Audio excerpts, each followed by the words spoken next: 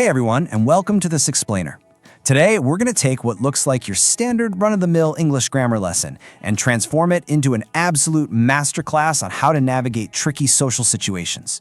We are taking a really close look at the art of asking questions. Specifically, how to ask them without accidentally making someone feel, well, totally interrogated. Let's get right into it.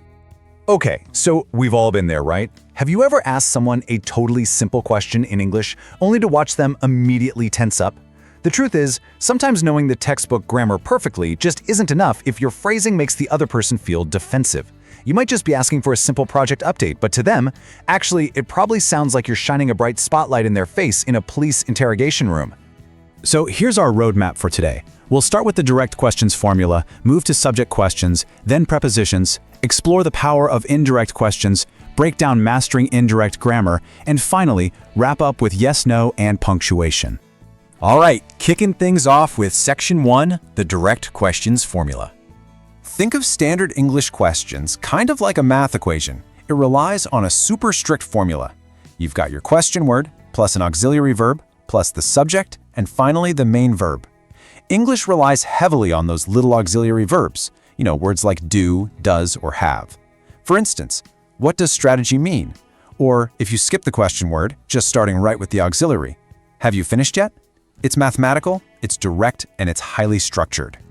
Moving right along to Section 2, the subject question exception. But hey, English loves throwing curveballs, right? So what happens when you're asking who or what actually did the action?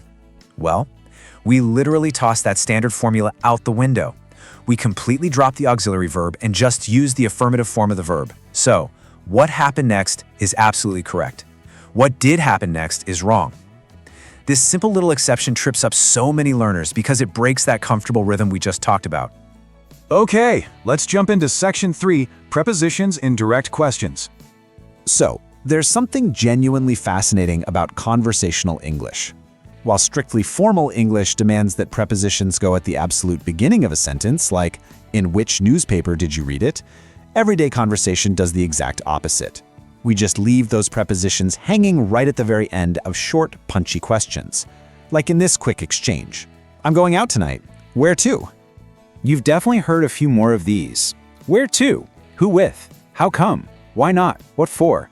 These two-word rapid-fire phrases are incredibly common when you're just casually chatting with friends. But, and this is a big but, as we're about to see, while they're perfectly grammatically correct, firing these off at a colleague or a brand new client, that can sometimes sound a bit too blunt or, honestly, even aggressive for the workplace. Which leads us perfectly into Section 4, the power of indirect questions. This brings us to a real game changer, the incredibly elegant solution of indirect questions. Think of an indirect question as your social buffer. By just slightly altering the structure of our sentence, we dramatically soften our approach. We show respect, we give the other person some conversational breathing room, and bonus, we sound instantly more fluent and professional. The real secret sauce to an indirect question is the opening. You can think of these opening phrases as your diplomatic toolkit. Can you tell me? Do you have any idea? Do you mind me asking? Seriously, memorize these. These are the magic keys that unlock polite conversation. They immediately signal to the listener, hey, I'm about to ask you something and I'm going out of my way to be respectful about it. Now let's get into the mechanics in Section 5, Mastering Indirect Question Grammar. So, by following these 3 specific steps, you shift the grammar totally away from an interrogation back into a smooth, polite statement. Step 1, slap on that polite opening phrase. Step 2, completely ditch the auxiliary verb, no more do or did. Step 3, revert the rest of the sentence back to a normal affirmative word order. Let's actually look at an example to see how this works. Here is that shift in action. Could you tell me what time the lesson starts is the correct way? Notice how the auxiliary verb just vanishes? It is not, could you tell me what time does the lesson start? Because we use the opener, could you tell me, we drop the does entirely and return to the affirmative starts. The exact same thing goes for asking someone about their career. Do you mind me asking why you left your last job instead of why did you leave? It just flows so much more smoothly. All right, bringing it all home with Section 6, yes/no and tricky punctuation. The first little technicality here deals with simple yes or no questions. If your original direct question doesn't have a natural question word to pivot on, words like what, where or why, you absolutely have to insert the word if or whether to bridge that gap.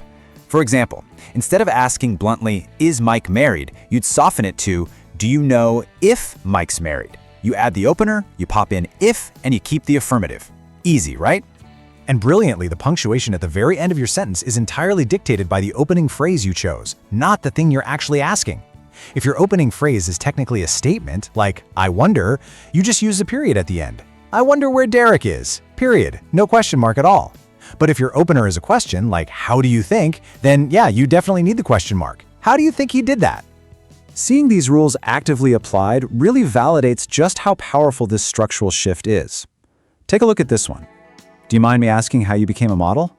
Or another everyday example, do you have any idea where I can get a coffee at this time? We have our polite opener, our question word, and then standard affirmative word order. Once you practice it a few times, it is a completely foolproof system. So, realizing that grammar isn't just about rigid rules on a page, but actually about social grace and empathy, well, that kind of changes everything, doesn't it? So here's my final thought for you to ponder. The next time you need to ask a sensitive question, or say, check on a delayed project at work, which polite opening phrase are you going to pull from your new toolkit to soften the blow? Go out there, ditch those auxiliary verbs, and ask brilliantly polite questions. Thanks so much for joining me on this explainer, and I will catch you on the next one.